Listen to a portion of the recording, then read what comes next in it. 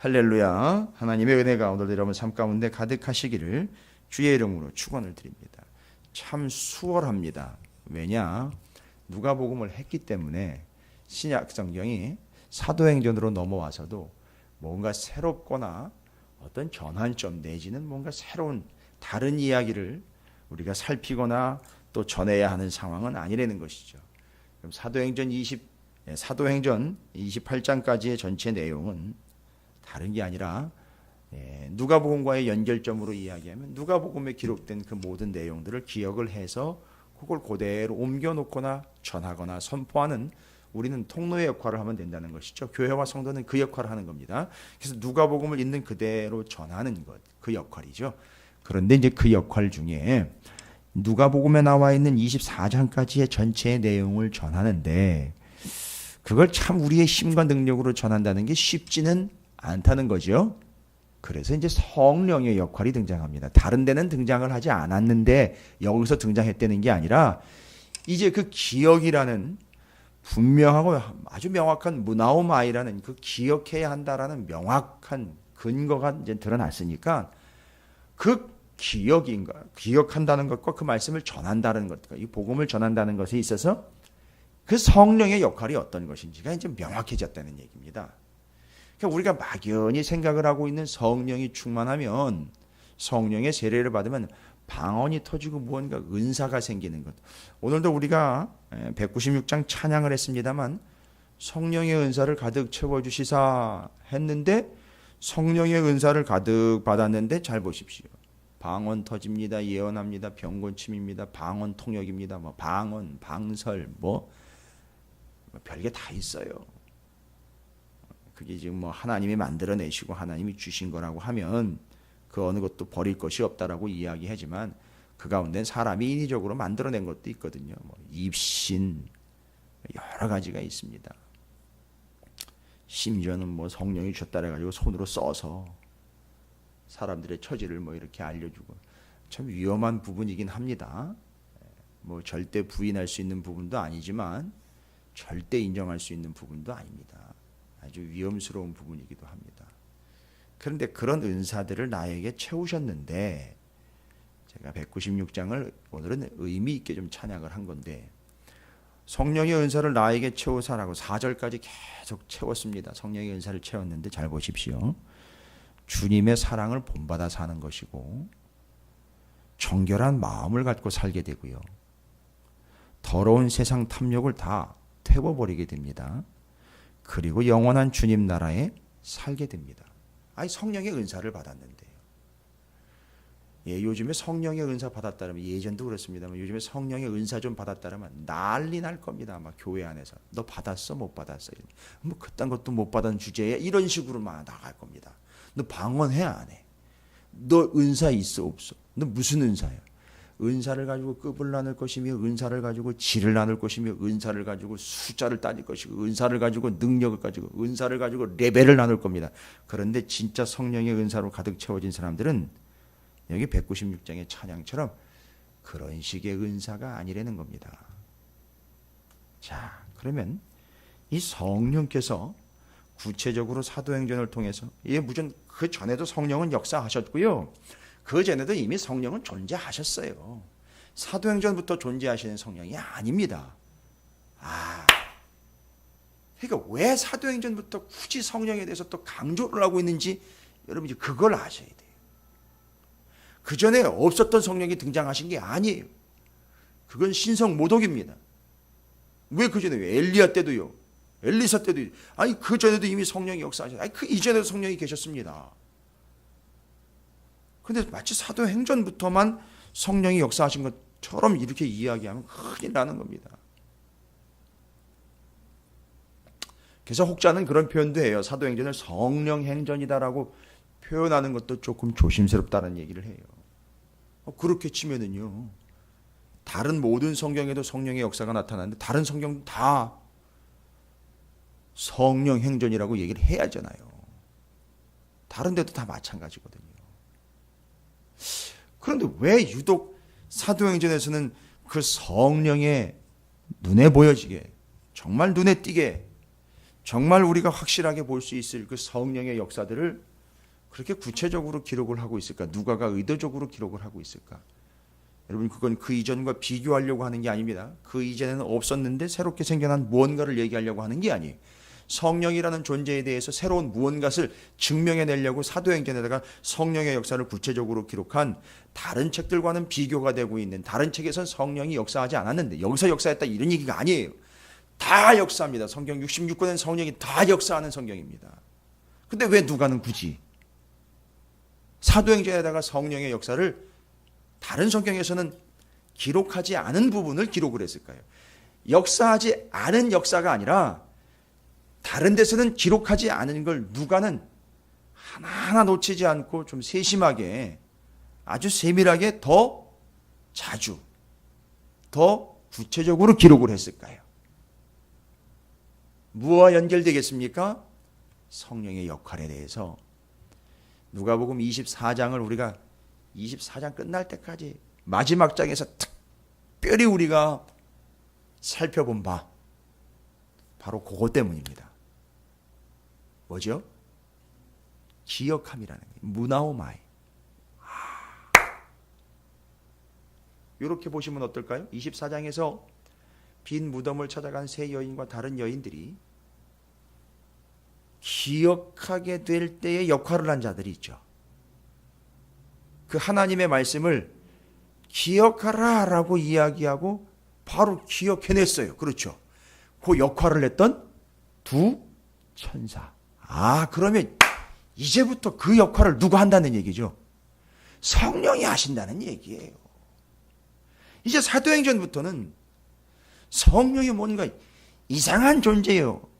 이미지화 시켜가지고선 이상한 신비적인 현상만 끌고 오는 존재로 이해해서는 안 된다는 겁니다. 그래서 그 성령이 하시는 역할이 뭡니까? 맞습니다. 누가복음 24장까지의 내용이 기억나게. 그런 것이로구나. 마치 그때 그러셨었지. 그런 말씀하셨지. 그랬었지. 그랬지. 라고 기억나게 해주는 존재가 바로 성령이라는 거예요. 그럼 생각해 보십시오. 성령이 충만하다는 말은 그 기억이 풍성하다는 얘기겠죠? 그러면 그 기억이 가지고 있는 두 가지 중요한 단어죠. 그 안에 거한다는 것과 그것을 물고 깨물고 씹고 있다는 말.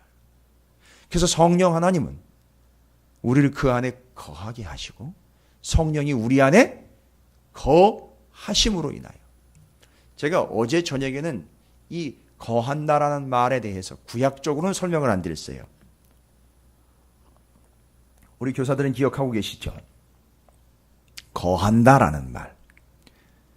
민수기에 보면 하나님이 이스라엘 백성에게 거기 거하고 있는 원주민들을 쫓아내고 너희가 들어가서 거기 거하라라고 말을 했어요. 근데 이 거하다라는 말이 우리나라 말로는 똑같은데 거기 가나안에 이방 족속이 거한다라고 말할 때에는 그 거한다라는 말이 가지고 있는 뜻이 뭐냐 하면 기억나십니까? 어떻게 굴러 살다가 여기까지 굴러 들어왔다. 그리고 여기 살게 되었다. 이게 거한다라는 이방인들에게 주어진 의미예요. 그런데 하나님이 여호수아와 모세와 이스라엘 백성들이 그 가나안 땅에 가서 거하여 살라라고 명령을 하셔요. 근데 그때 거한다라는 말에 담겨있는 두 가지 뜻이 있어요. 그 이방인들이 거기 굴러 와가지고 거기 굴러 들어와서 살게 되었다라는 말의 거함이 아니라 이스라엘 백성들에게 거기 가서 거하라라고 명령할 때 그 안에 두 가지가 담겨 있습니다. 이게 올 여름 성경학교 때 우리 자녀들이 이 주제를 가지고 이제 여름 성경학교를 할 건데 그 두 가지 뜻이 뭐냐 하면 너희가 거기 가서 거해라. 첫 번째 어떤 뜻이죠? 끊어낸다라는 뜻입니다. 이거 거한다라는 말에 들어있는 의미예요. 끊어버리다. 그래서 하나님 뭐라고 명령하셨죠? 거기 굴러 들어와 그런 식으로 그딴 식으로 살고 있는 그 모든 죄악된 요소들을 다 어떻게 해버려라? 끊어버리고 정리해버려라. 이게 그 의미예요. 그래서 그거 다 내보내라는 얘기였고, 두 번째 거한다라는 말이 가지고 있는 의미 속뜻은 안식이라는 의미가 담겨 있어요. 그게 왜 거기가 안식할 처소냐 하면, 아니 이방과 족속과 대적들이 살고 있는데 어떻게 들어가서, 그 안식이라는 말은 약속의 땅이기 때문에 안식인 거예요. 그래서 거기 거한다라는 말에 하나님의 백성들은 거기 거하는 걸 두 가지로 이해할 수 있어요. 모든 아닌 것들은 다 끊어내고 거기서 참된 안식을 누리는 거예요. 거하는 거예요. 그럼 여러분 이걸 지금 우리가 기억한다라는 말에 수도 없이 지금 살펴보고 있는 거한다라는 말과 입에다가 말씀 물고 살고 있는 아예 이 말씀에 연결을 해 보십시오. 이게 직결이 되는 겁니다. 그럼 성령이 우리 안에 거하시고 우리가 그 안에 거한다라는 말은요. 예, 맞습니다. 그 의미, 구약의 의미를 적용을 해 보세요. 그럼 아주 명쾌합니다. 통쾌합니다. 아주 상쾌합니다. 그러니까 이제 이후로부터는 성령이 뭔가 새롭게 등장한 게 아니에요. 성령의 구체적인 의미와 역할들이 누가복음을 통해서 사도행전에서 이제 구체적으로 펼쳐진다는 거지, 이제는 역사하지 않다가 새롭게 역사한다 아니에요. 자, 이제 성령께서는 바로 우리로 하여 그 구체적인 내용으로 우리가 보여지고 있는 모습으로 보면 누가복음 24장의 내용을 우리가 어떻게 해서 기억하게 해서 그것을 어떻게 한다는 거죠? 나가 전하게 하는데 그 역할을 한다는 거예요. 성령께서. 그런 의미에서 사도행전이 이제 성령의 역할이, 성령의 의미가 많이 부각이 되어 있어요. 그래서 성령의 세례라고 나와 있어요. 성령 세례. 거기 약속하신 것을 기다리라. 5절에 요한은 물로 세례를 베풀었으나 너희는 몇 날이 못되어 성령으로 세례를 받으리라 하셨느니라. 이렇게 해서 이제 분기점이 되겠죠. 성령의 세례, 성령의 임재를 얘기하는 거예요. 그런데 여러분, 성령의 세례가 있고 성령 충만이 있어요. 이건 또 뭘까요? 성령의 세례. 성령의 세례는 성령의 임재적인 걸 이야기하는데, 성령 충만이라는 것은 제가 좀 전에 설명드린 거죠. 성령 안에 거하는 거예요. 거하는 거예요. 늘 거하는 거 있죠. 우리가 그 안에 거하고 그 성령이 우리 안에 늘 거하시는 것, 그걸 성령 충만이라고 하는 거예요. 됐습니다. 그게 왜 필요한지 이제 아시겠죠? 그 전에 쓴 글에 기록된 복음의 24장의 내용들을 우리로 하여 기억나게 해서 그것을 전하게 하는 역할을 하는 것이 성령 하나님의 중요한 역할이니라. 제가 왜 이 이야기를 드리냐면 그걸 6절부터 11절에 이야기를 해요. 그 성령의 역할을 제가 지금 설명드린 걸로 누가는 이런 식으로 설명을 합니다. 8절이죠. 오직 성령이 너희에게 임하시면 너희가 권능을 받고 예루살렘과 온 유대와 사마리아와 땅끝까지 이르는데 뭐래요? 증인이 되리라 하시니라. 그렇잖아요. 성령은 앞에 있는 내용으로 보면 그러니까 누가복음과 성령, 사도행전과의 관계성 속에서 말씀드리는 거예요. 딱 그것만이라는 게 아니라 누가가 지금 앞에 있는 누가복음을 정리 끝내고 그 누가복음에 나와 있는 복음과 예수 그리스도와 진리의 말씀을 성령이 어떻게 하시는 거죠? 기억나게 하셔서, 그럼 성령이 임하셨다는 얘기잖아요. 지금 우리가 말씀이 기억나고 있다는 얘기는 절대 잊지 않고 있다는, 성령이 우리 안에 계신다는 얘기예요. 그러니까 우리가 그냥 막연하게만 이야기했던, 우와, 말씀이 이런 거네요. 그러니까 주일 예배 끝나면 뭐 집사님들이 부른 그런 얘기들을 해요. 그때 절대 저를 칭찬하는 게 아니라 본인들이 이 고백하는 거거든요. 와, 말씀이 이런 거였습니까? 이런 거였네요. 이 기가 막힙니다라고 이야기할 때 그건 설교자를 칭찬하는 게 아니에요. 그 안에 성령이 임했다라는 걸 확인하는 겁니다. 놀라운 거예요. 그걸 은사적으로 이해하시면 안 돼요. 그건 그냥 성령의 본래적인 역할이시고 성령의 능력이에요. 그러니까 여러분께서 말씀을 받다가도 이런 것이로구나 막 은혜가 막 밀려오지 않습니까? 그건 자기 감정의 도취가 아닌 거예요. 성령이 그렇게 해 주셔서 깨닫게 하고 기억나게 해 주시는 겁니다. 그럼 이렇게 되면 어떻게 됩니까? 그 이후로는요. 8절인 거예요. 성령이 임하시면 어떤 역사가 나타났죠? 말씀이 막 기억나지요. 깨닫게 되고 이해가 되지요. 그럼 그렇게 해가지고 뭐 하려고 하는 겁니까? 너희가 권능을 받고 예루살렘과 온 유대와 사마리아 땅끝까지 이르되 증인이 되리라. 이제는 증인 되는 거예요. 증인이 하는 역할이 뭡니까? 그 기억된 말씀들을요. 그 기억된 바 기록된 바인 24권의 본질과 예수 그리스도와 복음을 나가서 어떻게 하는 겁니까? 증거하는 거예요. 그래서 이걸 어떻게 증거했나, 어떻게 전했나, 어떻게 교회가 세워졌나, 어떻게 성도들이 변화가 되었나, 어떻게 교회 문제가 해결되었나를 쭉 뒤에다 기록한 게 사도행전인 거예요.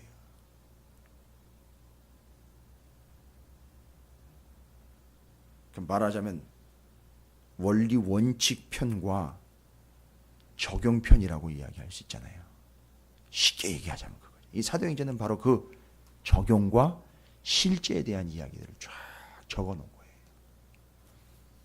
그게 이제 12장까지는 예루살렘의 12사도를 중심으로, 마띠아를 뽑아서 이제 12사도를 중심으로, 그 다음에 13장 이후로부터는 사도 바울을 중심으로 이방 땅에 세워진 교회와 성도들을 이야기로 중심으로 그 성령의 역사를 통해서 그 하나님의 말씀이 어떻게 전파가 되었나.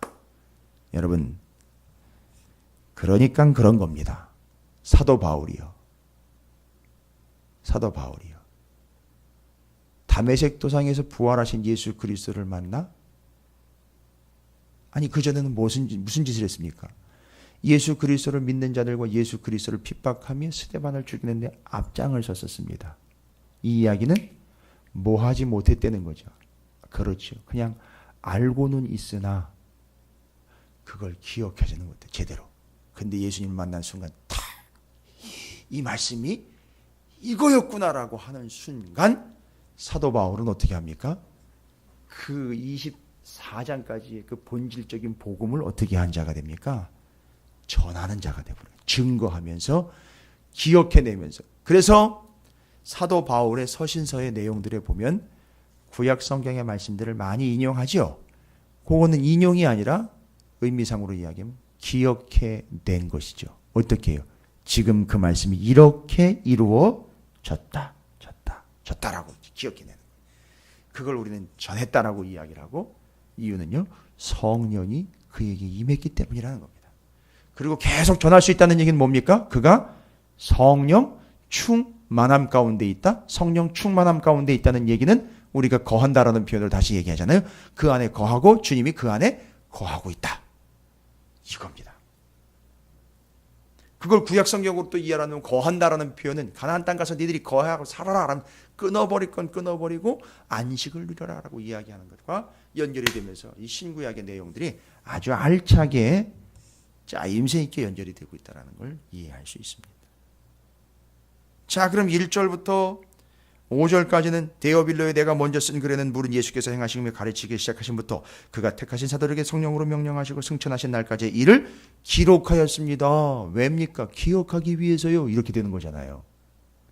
그리고 그걸 제대로 기억을 하면, 기록된 바를 제대로 붙잡고 그걸 제대로 기억하면 우리는 뭐가 되는 거죠? 그게 권능이 돼서 그걸 어떤 삶을 삽니까? 증거하는 삶을 살게 됩니다. 라고 말을 하는 겁니다. 됐시죠? 이게 바로 앞에 5절까지의 기억하게 하심과 여기 뒤에 6절부터 11절까지 그 성령께서는 우리로 하여 바로 그를 기억하게 하여 우리를 뭐가 되게 합니까? 증인 되게 하시리라. 잘 보십시오. 이 말씀을 마치시고, 주님이요, 이 말씀을 마치시고 보는데 올려져 가시니 구름이 그를 가리어 보이지 않게 하더라. 올라가실 때에 제자들이 자세히 하늘을 쳐다보고 있는데 흰옷 입은 두 사람이 그들 곁에 서서 이르되 갈릴리 사람들아 어찌하여 서서 하늘을 쳐다보느냐. 이게 지금 이제 눈에 보이고 안 보이고의 문제잖아요. 그죠? 눈에 보이고 안 보이고 때문에 우리가 좌우될 수 있잖아요. 안 보이네, 안 보이네. 이제는요, 눈으로 자꾸 보는 거 얘기하지 말고, 이제 뭐 하라는 얘기죠? 자꾸 기억해내라는 거죠? 기억해내고 기억한 것을 전하라는 얘기입니다. 이제는 그 기억으로 살아가는 존재가 되라는 얘기입니다. 이것은 우리의 인간의 메모리 능력을 이야기하는 게 아니라는 걸 얘기하는 거죠. 계속 기억해내라. 여러분, 우리의 삶은요, 그 하나님의 말씀과 진리와 복음을 어떤 삶입니까? 기억해내는 삶입니다. 이걸 기억해낼 수 있도록 누가 도와주십니까? 성령 하나님께서 도와주십니다. 그래서 여러분이 말씀을 읽을 때나 말씀을 깨달을 때 그게 바로 성령의 역할이신 거고요. 여러분, 오늘 하루도 여러분이 단 한 번일지라도 아니 몇 번일지라도 그 말씀 한 구절일지라도 그것을 놓지 않고 계속 거기 붙잡히게 하거나 거하게 하거나 그걸 입에다 물고 마치 씹는 것처럼, 제가 칡뿌리 얘기 드렸죠. 칡뿌리를 계속 씹는 것처럼 계속해서 곰씹게 되고 묵상하게 되는 거는 다 누가 역할을 하고 있는 거냐면 성령 하나님께서 역할을 하고 있는 거예요. 그럼 여러분 해보십시오. 하다 보면 어떤 현상이 나타납니까? 그걸 전하게 됩니다. 전할 수 있는 타이밍이 오고요. 심지어는 전하고 싶은 마음이 생깁니다. 나누고 싶은 마음이 생겨요. 그게 성령이 하시는 일이에요. 그게 그 안에 거하는 거고, 성령이 충만한 것이고, 성령 안에 거하는 것이고, 성령의 세례를 받은 것이고, 성령이 충만하게 된다는 걸 이야기하고 있는 내용입니다. 그래서 제자들이 이렇게 성령의 충만함을 받아서 나가서 전하는 바가 되었다라는 것을 사도행전이 이야기하는 겁니다. 기대가 되시죠? 이 이후로 이 말씀을 기억하며 본질을 기억하는 성도, 성령을 받은 제자들이 어떻게 말씀을 전하게 되는지. 이제 내일 새벽에는 그 첫 번째 일로 거하지 못하고 탈퇴된 이 가롯 유다를 대신하여 거하게 될 일을 뽑게 되는 이야기죠. 마띠아요. 그러니까 여기 함께 사역하게 될 일이지만 사역자를 뽑는 게 아니라 함께 그 일에 거하게 될 이인 마띠아를 뽑는 이야기가 내일 새벽 본문이에요. 여러분 이제 이해가 되십니까? 이렇게 해서 내일 본문은 마띠아를 제비 뽑는 일로. 굳이 왜 제비 뽑기일까요? 구약에도 제비 뽑기가 있었는데. 두 가지입니다. 교사들에게는 제가 제비 뽑는다는 행위는 하나님의 주권이라는, 그러니까 하나님 것이라는 의미예요. 그러니까 땅을 뽑았다는 얘기는 땅이 하나님 거라는 얘기예요. 사람을 이렇게 뽑았다는 얘기는 이 사람 하나님 거라는 얘기예요. 그리고 제비를 뽑았지만 제 수로 뽑은 게 아니라 이게 누구에 의해서 뽑힌, 이게 성령의 역할이라는 거예요. 됐습니까? 이렇게 이어지는 거예요. 여러분 오늘 한날, 오늘 본문 1절부터 11절까지의 말씀, 이 성령의 역할이라는 게 바로 기억나게 하심으로 그 기억난 자가 증인되게 하시는 놀라운 은혜 가운데 거하게 되는 거구나 라는 걸 잊지 마시고, 여러분이 그 성령의 세례와 성령의 충만함으로 그 말씀들을 기억하여 그 말씀의 증인들이 되시기를 주님의 이름으로 축복합니다.